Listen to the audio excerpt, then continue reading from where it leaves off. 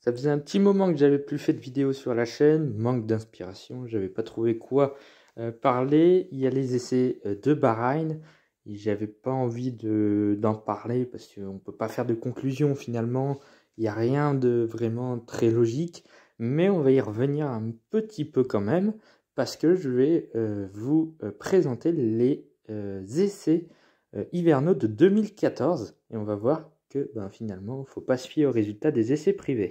Donc on va un petit peu regarder les tests de Jerez et de Bahreïn qui se sont déroulés tout début 2014, donc il y a 8 ans. Et on va voir que finalement, il y a eu pas mal de changements quand même et quelques confirmations quand même. On connaît donc ce qui s'est passé en 2014. On va voir les tests privés, ce que ça a donné. Et donc on va voir que forcément, il ne faut pas se fier aux tests. Donc, je vous ai mis un petit, voilà, les tests privés. Ça, c'est à Jerez, le premier jour, temps cumulé. Donc, avec Kevin Magnussen devant Felipe Massa et Lewis Hamilton. Donc, les Mercedes ultra dominantes n'avaient pas forcément dominé la partie. C'était même Magnussen qui avait fait un superbe chrono en devançant 5 dixièmes Massa et même 7 dixièmes Hamilton.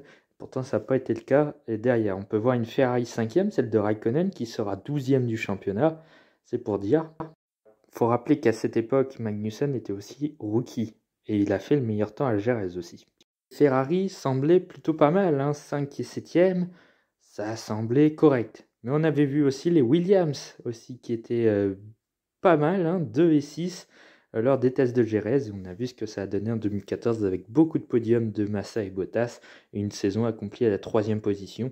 Ça s'était vu dès les tests hivernaux que Williams était en forme. La Sauber d'Adrien Sutil avait fait 13e alors que Sauber n'a pas marqué le moindre point et a été clairement en dessous l'an dernier. La Marussia, enfin l'an dernier, 2014, et Jules Bianchi avait fait 14e, ce qui était pas trop mal pour une Marussia. La Marussia n'était pas mauvaise par rapport aux autres années. Les Red Bull étaient clairement en dessous, ils n'avaient quasiment pas roulé. Et on sait que la Red Bull en 2014 était vraiment pas bonne du tout. Eh bien, ça s'était confirmé dès les tests. On peut aussi voir les Caterham de Kobayashi, d'Ericsson et de Freins, qui n'étaient pas terribles non plus. Et ça s'est vérifié en 2014 avec un liquidement judiciaire à la fin. Liquidation judiciaire. Et là, voici les tests de Bahreïn. Alors ça, c'est le jour 3, le jour 2, pardon, et le jour 3. J'ai pas le jour 1, j'ai pas trouvé. C'était Sergio Pérez devant Fernando Alonso et devant Daniel Ricciardo. Intéressant, Bianchi 6e et les Mercedes n'étaient que 7e pour Hamilton. C'était clairement pas top. Donc la preuve qu'il ne faut pas se fier aux essais privés. Et le 3e jour, Hamilton avait quand même pris l'avantage pour 7 dixièmes sur Button et Massa. Gutiérrez avait fait le 4e temps ce jour-là. Donc clairement, il ne faut pas se fier aux résultats des tests privés, que ce soit de 2014 et surtout de 2022. On ne sait pas. Beaucoup font des conclusions hâtives, mais on n'en sert clairement rien.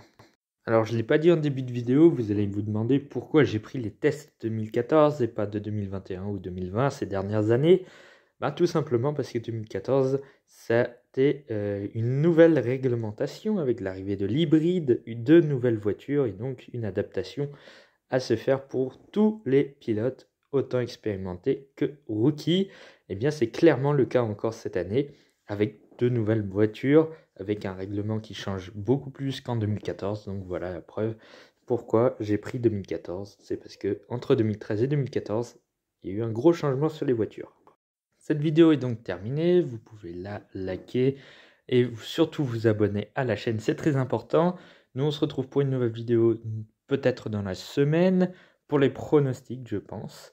Vos pronostics, j'ai commencé les sondages sur Instagram, ils seront disponibles sur YouTube dans la semaine et ensuite on passera aux vidéos face caméra, dont le live de dimanche prochain pour débriefer du Grand Prix de Bahreïn de ce week-end. J'ai très hâte que ça commence, la pause c'était pas mal après une saison aussi intense, mais de repartir, c'est toujours bon de repartir pour une nouvelle saison. Et ce sera d'ailleurs, je crois, ma 9e saison de Formule 1 que je regarde. Donc ça fait un petit bout de temps maintenant que je regarde la Formule 1 et ça me passionne toujours autant, même si elle est devenue un tout petit peu plus politique, voire même beaucoup plus politique.